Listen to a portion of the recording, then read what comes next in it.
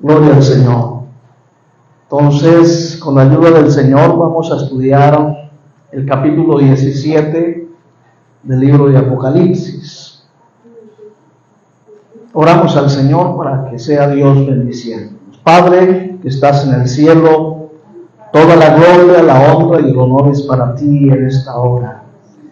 Te doy gracias por la oportunidad que nos das de poder reunirnos para estudiar tu eterna y santa palabra.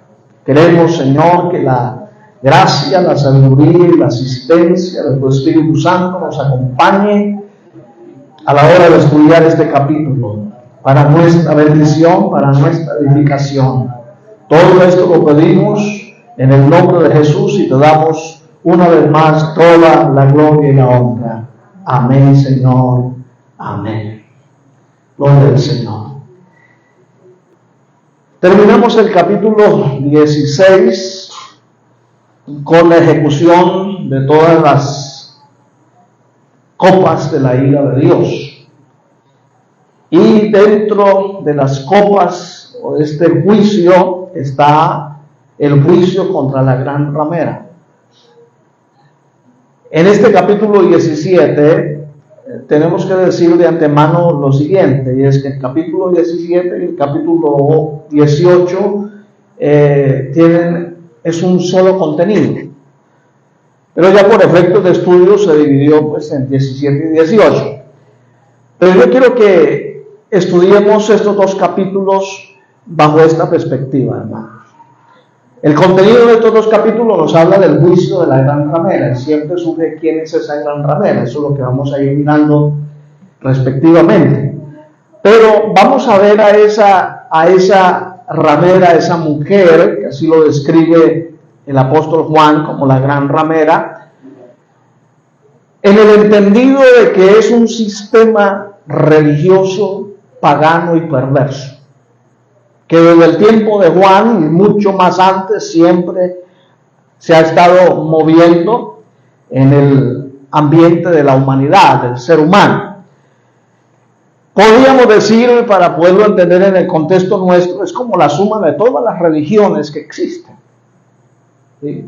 Eso es como la conglomeración de todas esas religiones paganas que existen, que lógicamente están lejos del Dios verdadero. Es una religión o es un sistema religioso antidios, que va en contra de Dios siempre, que siempre va en contra de los propósitos de Dios. De hecho, cuando entremos al texto vamos a encontrar que esta gran ramera es acusada de la sangre de los santos, es decir, de haber perseguido a los santos.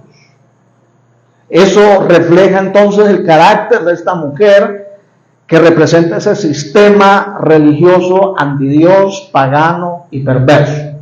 Desde esa perspectiva yo quiero que estudiemos estos dos capítulos. Ahora, el capítulo 17 nos va a mostrar a ese sistema religioso, pagano y perverso, pero con un tinte político, ¿sí? Para que nos enfoquemos correctamente. Y el capítulo 18 vamos a ver a esa misma mujer que representa ese sistema religioso, pagano, perverso, pero con un tinte comercial, con un tinte económico. Y esto me lleva a decir lo siguiente: existen tres poderes mundiales, tres poderes globales que siempre han existido. Por un lado está el poder económico, que no puede faltar, siempre está presente. Está el poder político o el poder civil, y está el poder religioso. Estos tres siempre han estado presentes a lo largo de la historia de la humanidad. Siempre, estos tres poderes. Y aquí los vamos a ver muy tomados de la mano. Está el poder religioso por un lado, está el poder político y está el poder económico. Alabado sea el Señor. Entonces, como si dijéramos, ya antes de entrar al texto, como si dijéramos que esta mujer de este sistema religioso pagano y perverso es utilizado por estos dos poderes, por el poder político y por el poder económico. O también a la inversa, que ese poder religioso ha usado al poder político, porque es lo que vamos a mirar, lo ha usado a su favor pero también el poder económico. Entonces, desde esa perspectiva es que vamos a estudiar, al menos por hoy, este capítulo 17. Los dos primeros versículos del capítulo 17 nos dan esa introducción precisamente. Dice, vino entonces uno de los 7 ángeles. ¿Cuáles 7 ángeles? Los que están aquí en el capítulo 16.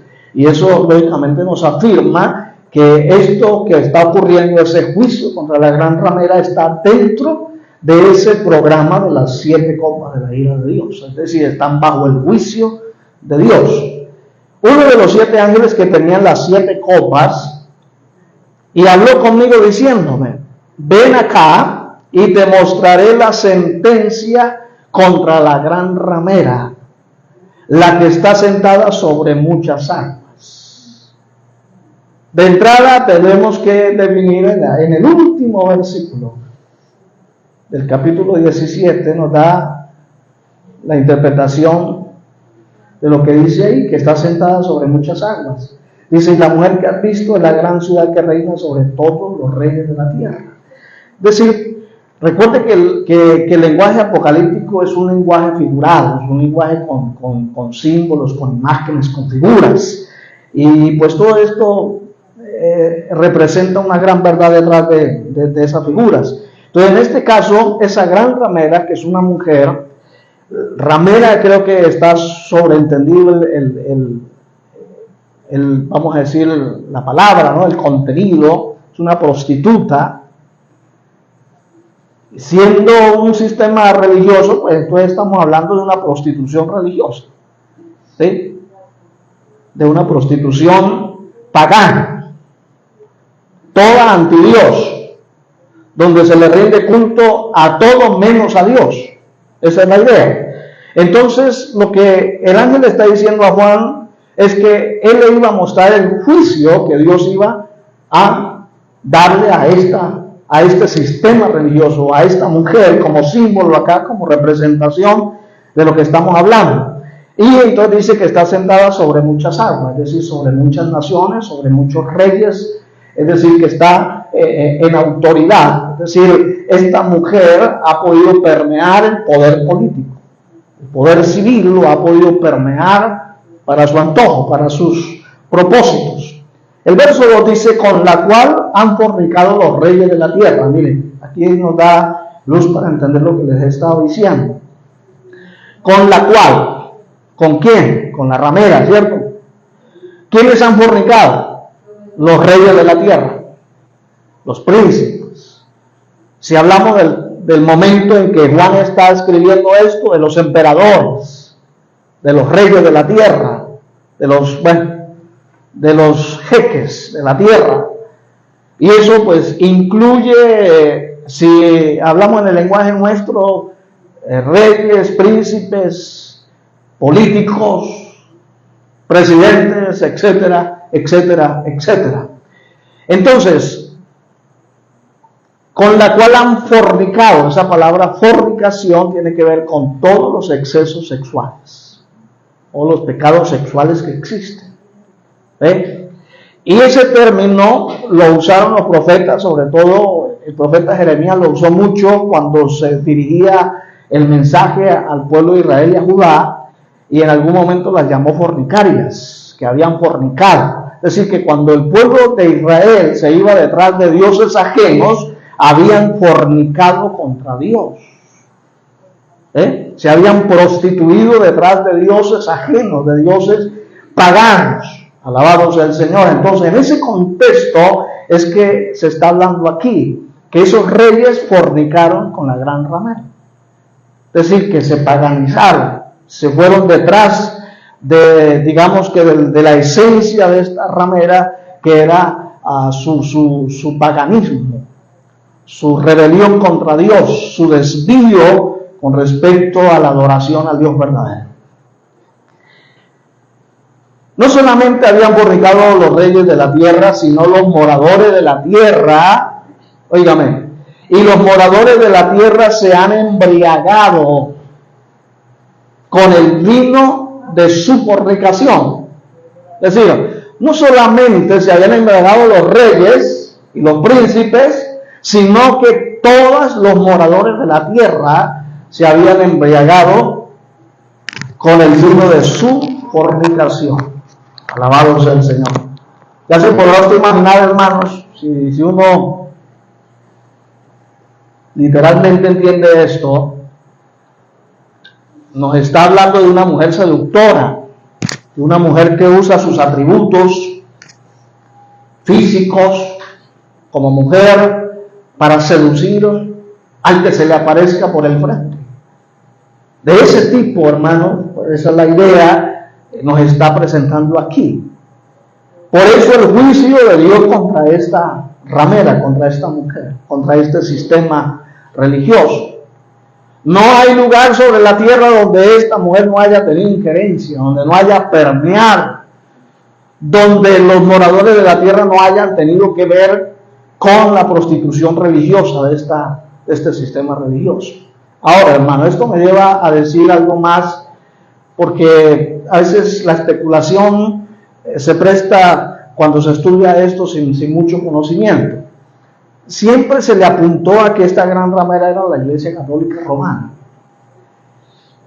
Y hay algunos teólogos lo afirman con tanta vehemencia, pero la verdad es que la Iglesia Católica es una más de todas esas grandes religiones que hacen de este sistema o que representan a esta ramera de la que estamos hablando. Pues no es solamente la Iglesia Católica, no, son todas las demás religiones antidios, que llevan a sus feligreses, a sus seguidores, a alejarse cada vez más de Dios. Y entonces aquí está esta mujer que ha embriagado a todos los moradores de la tierra con el vino de su fornicación. Entonces estamos hablando de una mujer seductora, un sistema religioso seductor que ha seducido no solamente a los reyes, sino a todos los moradores de la tierra. Y eso se ha visto a lo largo de la historia.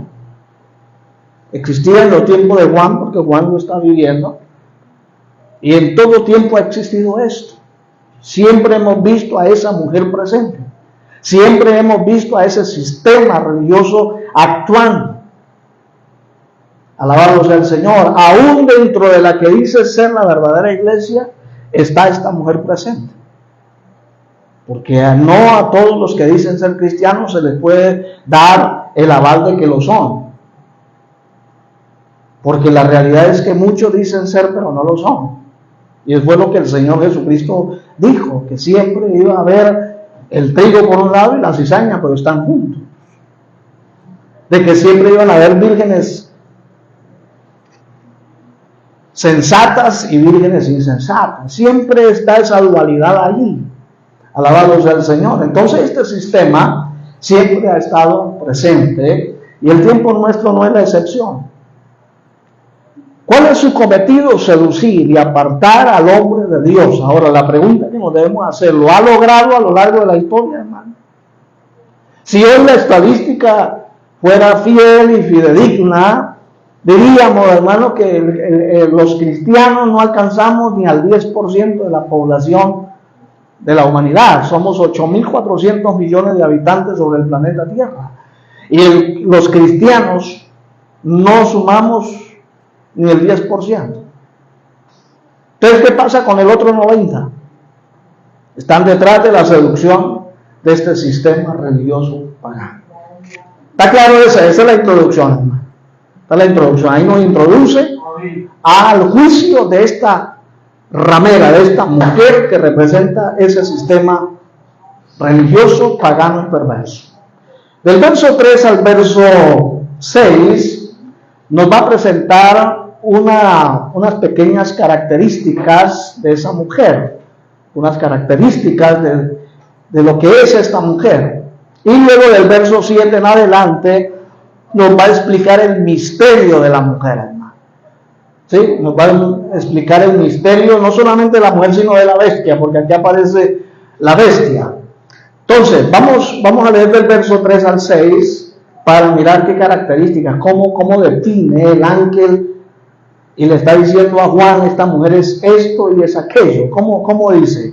Dice, y me llevó, estoy verso 3, y me llevó en el espíritu al desierto, y vi una mujer sentada sobre una bestia escarlata, llena de nombres de blasfemia. Dese cuenta, hermano, lo primero que presenta aquí es a esa mujer sentada sobre una bestia escarlata. Comencemos por el principio.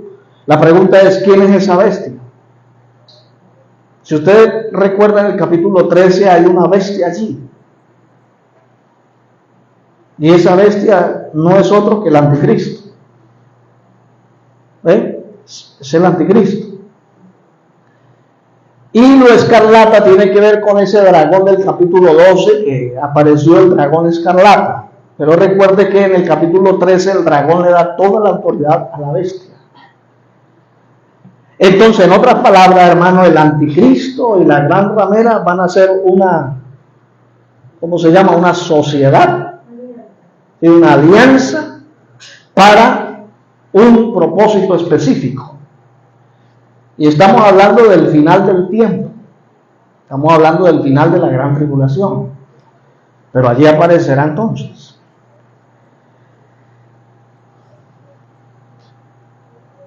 Dice que llena de nombres de blasfemia. Así se da cuenta, hermano, que el carácter de esta mujer y de esta bestia son blasfemia. Y cuando la palabra aquí se usa es contra Dios. Es decir, una blasfemia es una palabra en contra de Dios, en contra del carácter divino. Entonces quiere decir que esta mujer representa ese sistema anti-Dios. Anti-Dios. Y no estamos lejos de parecernos, hermano. Hoy vivimos en una sociedad anti-Dios. Una generación anti-Dios. La juventud que se está levantando, la generación que está naciendo hoy, que ya ha nacido, pero que sigue naciendo, es una generación anti-Dios, antivalores. Y por eso usted ve cada vez más que los principios se van torciendo. Los principios los están cambiando a la fuerza, les están torciendo el pescuezo a los principios. Y lo que antes era malo, hoy lo están normalizando. Hoy están haciendo ver que determinados comportamientos inmorales son normales, cuando usted y yo sabemos que son pecaminosos y perversos. Por eso habla de ese carácter antidios de esta mujer, la blasfemia, que tenía 7 cabezas y 10 cuernos. Eso lo vamos a explicar un poquito más adelante. Verso 4 dice, y la mujer estaba vestida de púrpura y escarlata, que son las vestimentas y los ornamentos precisamente de los reyes de Roma en aquel entonces. Y tenía que ver pues también con los cultos paganos. Los sacerdotes de aquel entonces, paganos, se vestían de púrpura y de escarlata también. Dice, adornada de oro, de piedras preciosas y de perlas, tenía en la mano un cáliz de oro lleno de abominaciones y de la inmundicia de su fornicación. 2 cositas aquí. Es decir, aquí se está hablando de ese carácter presuntuoso, del poder económico que ostentaba esta mujer. Lógicamente se codeaba con los grandes de la tierra, y eso pues sirvió para que su poder económico, que va a ser juzgado en el capítulo 18, ostentara de hecho. Entonces, por eso la descripción que da, que está adornada de oro, de piedra preciosa, de perlas. Y luego dice que tenía un cáliz de oro lleno de abominaciones. Ahora, si ustedes, vamos a hacer el ejercicio, hermanos, si vemos la imagen de la mujer con un cáliz de oro, ¿qué es lo que resalta de esa imagen? ¿Qué resalta? ¿Qué es lo que a usted más le llama la atención? El cáliz de oro, no cualquiera lo tiene. Ahora el valor cuantitativo que tiene, pues eso llama la atención.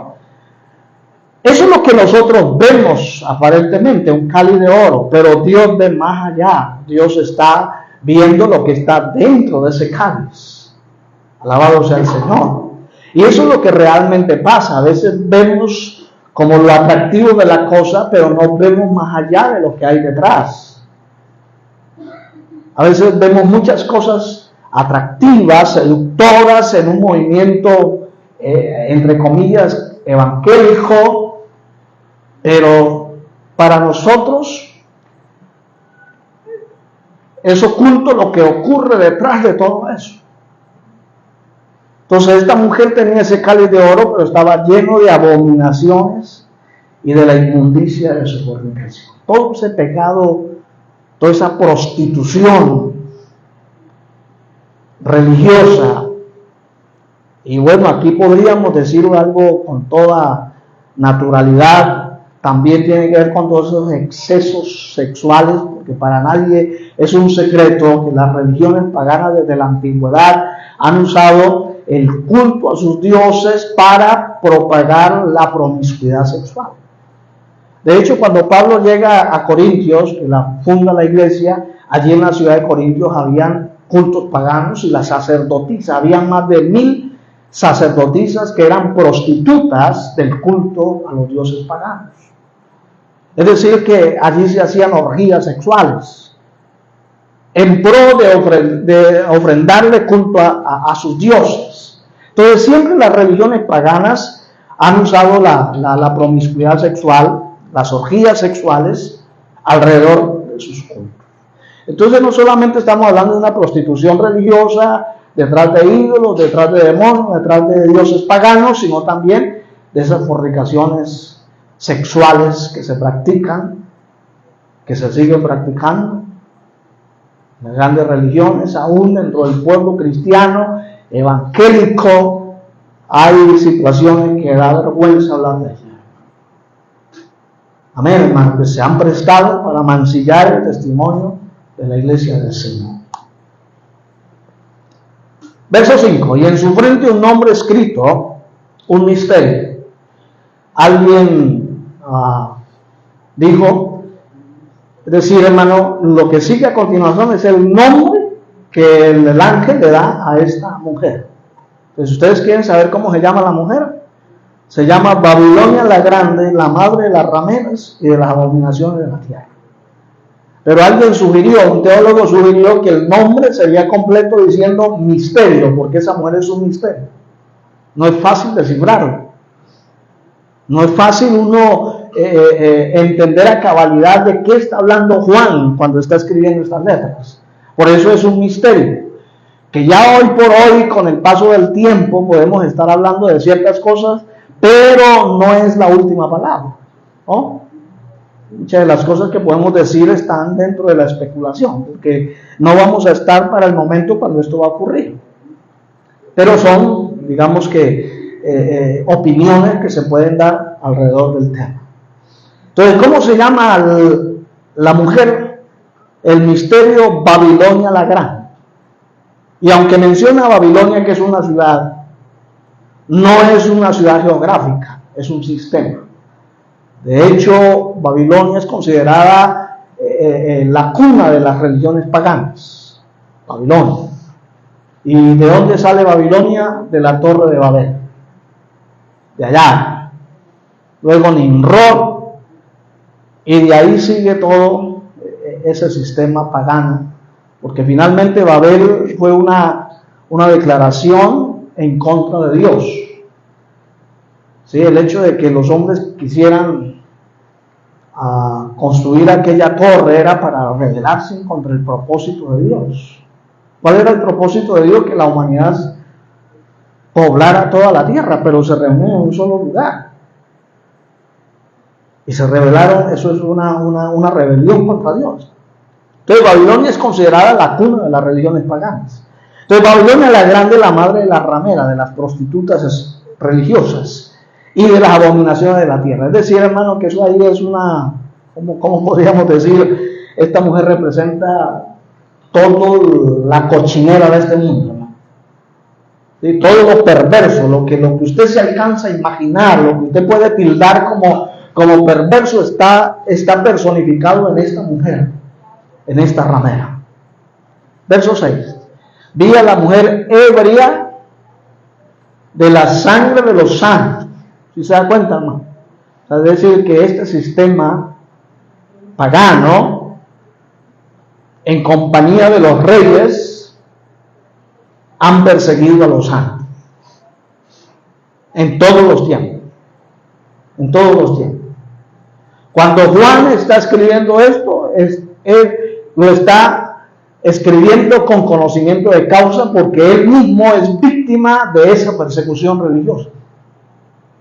Por predicar la palabra, está en la isla de Patmos desterrado. Y allá afuera se está desencadenando las persecuciones imperiales en contra de todo lo que respinge ser cristiano. Lo perseguían, los apresaron, los torturaron, los martirizaban. Alabado sea el Señor. Entonces, esta mujer representa a ese sistema que ha perseguido siempre a los santos, y de la sangre de los mártires de Jesús. Y cuando la vi, quedé asombrado con gran asombro. Claro, hermano, Juan está viviendo en carne propia esta persecución, y por eso se asombra de la manera como el ángel, es decir, le está presentando esa visión de esta mujer. Y quedé asombrado con gran asombro. El verdadero cristiano debe asombrarse, le debe de alguna manera causar expectación todo lo que está ocurriendo. Si yo caigo en el error de normalizar que eso es normal, que eso no es tan malo, como que no, que eso es mucho fanatismo, que es mucha religiosidad, en fin, mis hermanos queridos, estoy cayendo en esa sutilidad del paganismo también. Nosotros los cristianos tenemos que ser personas bien definidas, y nuestros principios deben regir siempre nuestro diario caminar. Todo lo que va en contra de nuestros principios que están basados en la Biblia, pues hay que tildarlos como mal. Lo que es pecado es pecado. Yo no puedo maquillar el pecado simplemente porque quien comete el pecado es mi familia, o es mi hijo, o es mi sobrino, o es mi, qué sé yo, o es mi amigo más cercano. Entonces trato de manejar la cosa más suave. No, el pecado es pecado aquí en la China. ¿Me hago entender, hermano? Amén. Alabado sea el Señor. Entonces Juan se asombró de ver semejante atrocidad representado en esta mujer. Alabado sea el Señor. Del verso 7 en adelante, el ángel le explica a Juan el misterio de la gran ramera. Explica.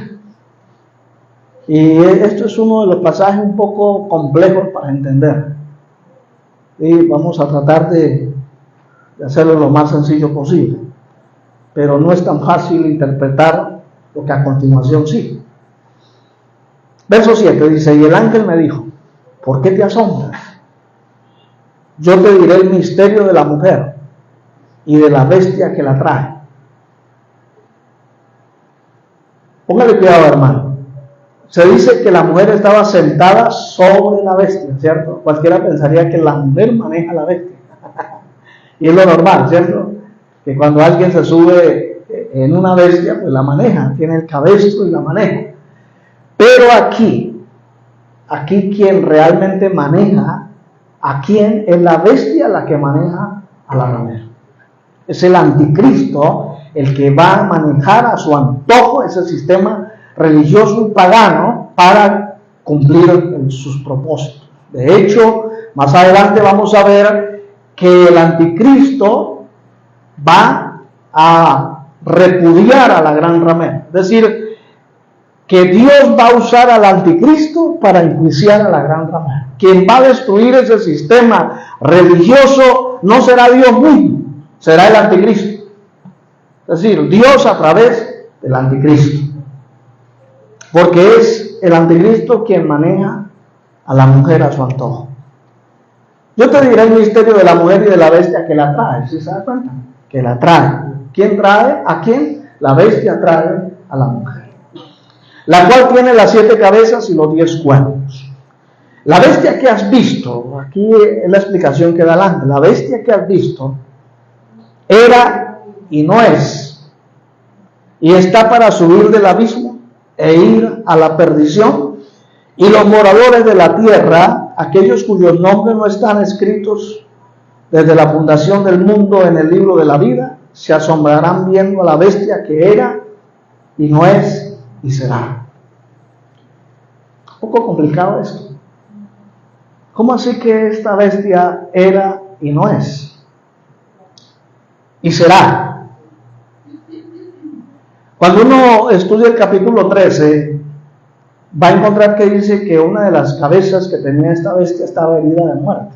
Pues algunos teólogos opinan que el anticristo va a sufrir un atentado de muerte y que literalmente va a morir, pero va a resucitar, y eso lógicamente va a despertar en que las multitudes lo van a aplaudir más de lo que lo aplaudían.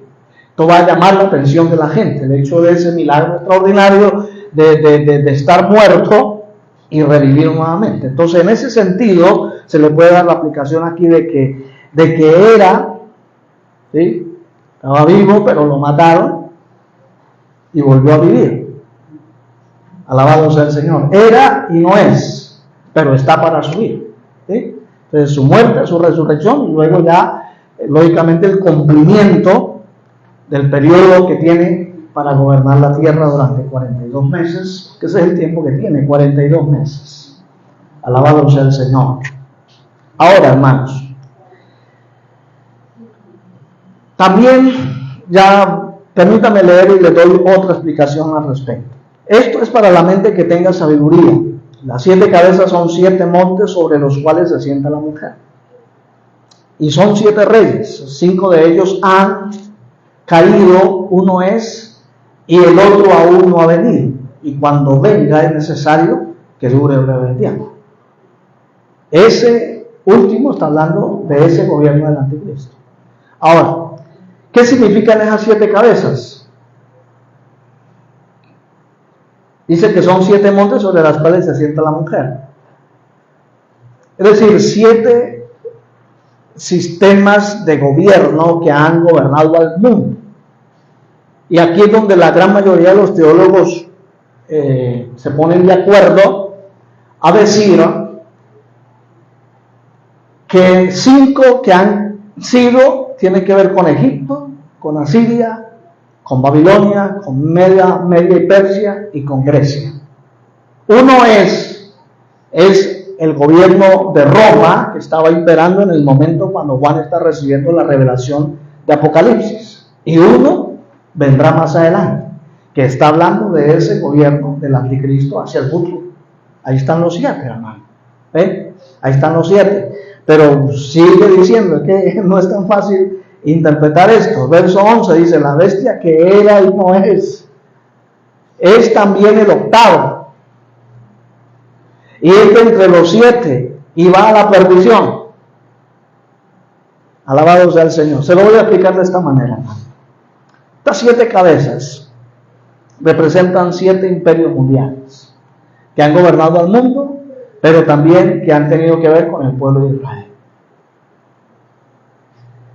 El primero de ellos fue Egipto, que esclavizó a Israel durante 400 años. Luego siguió Asiria, uno de los más crueles y sanguinarios imperios que han existido. Luego siguió Babilonia la Grande, donde Nabucodonosor, y donde pues Dios a través del profeta Daniel usó, digamos que a Babilonia y a Nabucodonosor para presentar la historia de ahí en adelante, la historia de la humanidad, de los gobiernos del hombre. Babilonia la Grande, luego sigue Media y Persia, y luego sigue Grecia, que fue muy conocida por Alejandro Magno. Y uno de los, vamos a decir, de los aportes que hizo Alejandro Magno en su carrera corta como emperador, que fueron como 10 o 12 años, fue que donde él llegaba y conquistaba, implantaba la cultura griega. Todo abonando lógicamente el camino y preparando el ambiente para cuando el Mesías viniera. Y cuando Jesús nació, casi todo el mundo conocido hablaba un solo idioma, el griego. De hecho, el Nuevo Testamento está escrito en griego. Alabado sea el Señor. La cultura griega se propagó.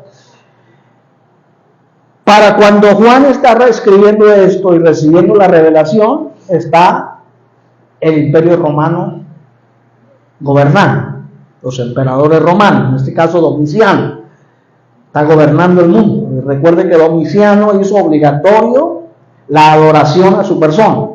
Él se declaró como el Señor de toda la tierra y obligaba a que sus súbditos lo adoraran como el Dios de la tierra. Alabado sea el Señor. Entonces de ahí, pues lógicamente se desencadena la persecución contra los que adoraban al Dios verdadero, a los cristianos, y por eso Juan está desterrado en la isla de Patmos. Entonces ahí vamos 6, pero todavía queda otro, y por eso dice que cuando venga es necesario que dure breve tiempo. Entonces va a ser ese gobierno del anticristo. Va a haber un gobierno mundial en los últimos días que va a ser liderado por el anticristo. Todas las naciones, los bloques políticos y económicos que existen hoy, un día le van a dar el poder y toda la autoridad a la bestia, según el capítulo 13 y lo que dice más adelante, el verso 12 dice: y los 10 cuernos que has visto son 10 reyes que aún no han recibido el reino, pero por una hora recibirán la autoridad como reyes juntamente con la bestia. El capítulo 13 dice que todos los reyes de la tierra le darán la autoridad a la bestia. Entonces el anticristo va a gobernar por un breve tiempo. Entonces va a ser ese último gobierno mundial del que está hablando, que es la séptima cabeza, y que es necesario que dure breve tiempo. Y de la bestia se dice que está el octavo que habla aquí. Es también el octavo y es de entre los 7 y va a la perdición. Bueno, esto, pues le digo, es un poco complicado, hermano, poderlo explicar a ciencia cierta, pero es lo que podemos decir, ¿no? Más allá sería especular y eso pues se prestaría para mayor confusión. Entonces creo que lo más sencillo es lo que hemos explicado. ¿De acuerdo, hermano? Entonces, las 7 cabezas siempre están hablando de 7 imperios mundiales. Y los 10 cuernos siempre van a hablar de 10 reyes o de 10, vamos a decir, el mundo en este momento está conformado por bloques económicos. Usted escucha, por decir algo, para aquí, para Latinoamérica, está el Mercosur, que lo conforman ciertos países de Latinoamérica. Está el mercado asiático, que tiene que ver allá con China, con todos los países asiáticos. Está el mercado europeo, que es Europa, y así sucesivamente, hermano. Entonces, el mundo está dividido, pues no sé exactamente en cuántos bloques económicos, pero muy seguramente serán estos bloques económicos o estos bloques de naciones que le van a dar todo su respaldo a la bestia cuando este personaje aparezca. Y lo van a hacer su cabeza, su autoridad, su poder. Alabado sea el Señor. Hasta ahí está claro, ¿verdad, hermanos? Bien. Dice el verso 13, estos tienen un mismo propósito. ¿Quiénes? Esos 10 reyes, esos 10 bloques económicos. Tienen un solo propósito y entregarán su poder y su autoridad a la bestia.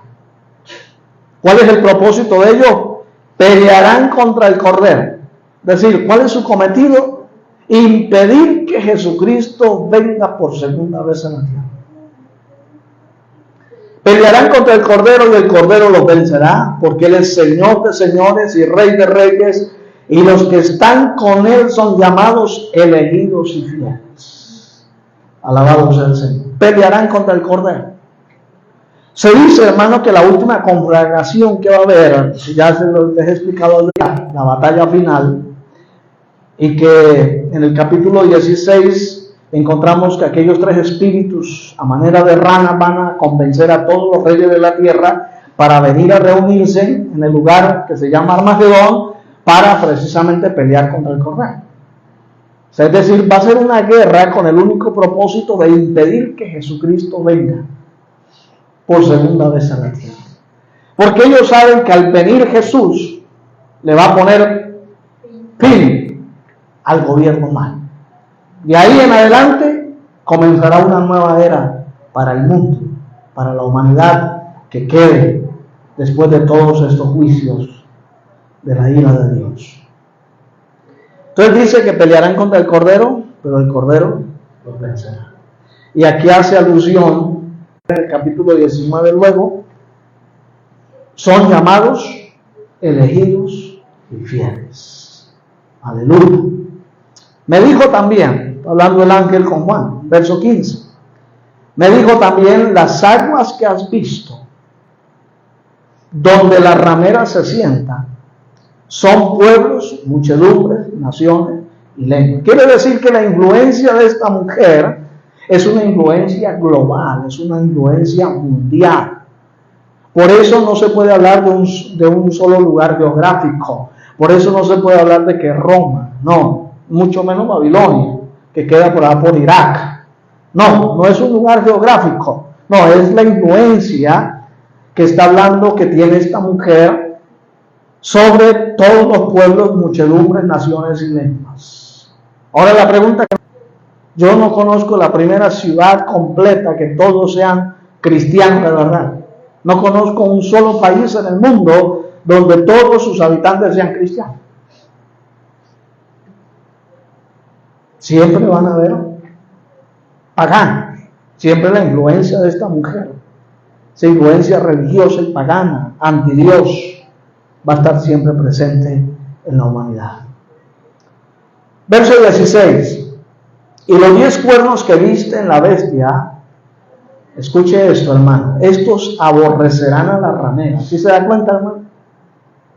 Que ahí sí, como dice el dicho popular, que así le paga el diablo a los que bien le sirven. Pues esta mujer le sirvió al anticristo y le sirvió a estos 10 reyes, y cuando ya la usaron y hicieron su cometido, dice que la aborrecerán y la dejarán desolada y desnuda. Es decir, que quien se va a encargar de desmantelar este sistema religioso, pagano y perverso será el anticristo juntamente con sus secuaces. Bendito sea el Señor. ¿Cómo le parece, hermano? Y devorarán sus carnes y las quemarán con fuego. Es decir, el juicio de Dios lo va a hacer Dios a través del anticristo y sus secuaces. Así va a juzgar a esa ramera con perfil político,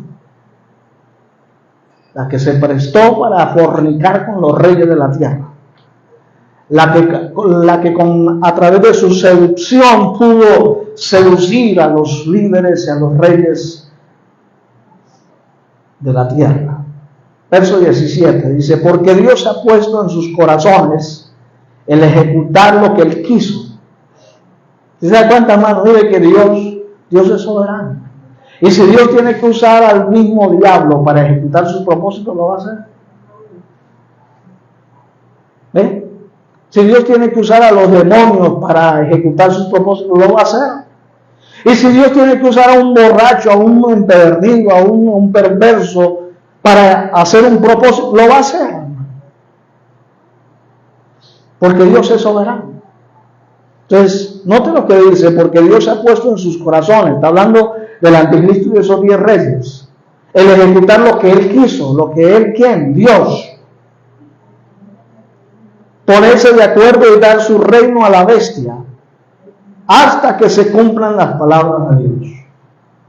Fue Dios el que de alguna manera usó a todo esto para cumplir su propósito. Y terminamos, verso 18, que ya hablamos de él, y la mujer que has visto en la gran ciudad que reina sobre todos los reyes de la tierra. Pues eso es una religión mundial, y aquí tenemos que terminar diciendo lo siguiente, hermano. De unos años para acá, 30, 40 años para acá, o tal vez un poco más, se ha venido luchando por hacer de todas las religiones del mundo una sola. Eso se llama técnicamente un ecumenismo religioso, es decir, reunir a todas las religiones con el supuesto de que están adorando al mismo Dios. Y lógicamente ahí está la Iglesia Católica Romana casi que liderando esta tarea. Entonces, de hacer de todas las religiones una sola. Cuando logren su cometido es para darle todo el respaldo y ponerse al servicio del anticristo. Por otro lado, también está conformada en Europa el Concilio Mundial de Iglesias Evangélicas. Y ahí están reunidas o representadas todas las iglesias evangélicas de todas las corrientes teológicas. Y usted ya se podrá imaginar unos diciendo una cosa, otros diciendo otra, y otros aquí mirando, ¿no?, que esto no es así, que esto es así, en fin, una confusión completa. Por eso Babel significa confusión. Y las religiones, viéndolo desde ese punto de vista, es una confusión. Por eso Carlos Marx, dentro de su escrito y sus pensamientos, dijo que la religión era el opio de los pueblos, era la maldición de los pueblos. Y en ese sentido es una verdad, hermano. ¿Por qué? Porque lo que hacen las religiones es desviar al hombre del verdadero camino. Es crear confusión. Porque el Evangelio no es ninguna religión. El Evangelio conduce a Cristo. La religión lo que hace es desviar al hombre de Cristo y llevarlo a hacer otras cosas que no son necesarias ni oportunas a la hora de creer en el Señor y de ser salvos. Alabado sea el Señor. Entonces, esta mujer representa a ese sistema religioso y pagano. Y que en nuestros días, de alguna manera, está funcionando, está llevándose a cabo esa tarea de reunir a todas las religiones. Y dentro de esas religiones, lógicamente, van a tener que reunir a las iglesias evangélicas en ese mismo propósito, con el supuesto de que están adorando al mismo Dios. Entonces podrá imaginar, hermano, a un budista adorando al negro Buda y a un cristiano a la par adorando supuestamente al Dios del cielo. O los de Mahoma, pues adorando a Mahoma, a Alá, y a un cristiano adorando a Dios. Es una confusión completa.